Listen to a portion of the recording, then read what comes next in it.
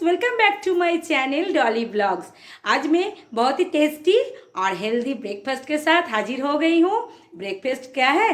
वो है bread peanut buttress बनाना sandwich. चलिए स्टार्ट करते हैं। अच्छा सुनो, वीडियो अच्छा लगे तो वीडियो को लाइक और सब्सक्राइब करना मत भूलना। और हाँ, वो जो बेल बटन वाला घंटी है ना, उसको दबाना मत भूलना।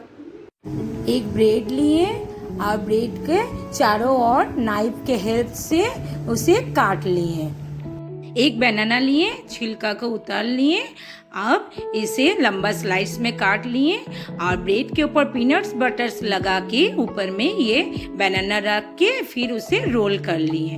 अब एग लिए, इधर एग की हम क्रीम डालें उसमें और सिनेमन पाउडर डालें और वेनिला एसेंस दिए और सबको मिक्स्ड करना है। मिक्स्ड करने के बाद और हम वो ब्रेड को डीप कर लिए। इसमें डीप करके फिर एक पैन में हम उसे बटर पहले से ही लगा के रखे थे, अब उसमें सेकना है।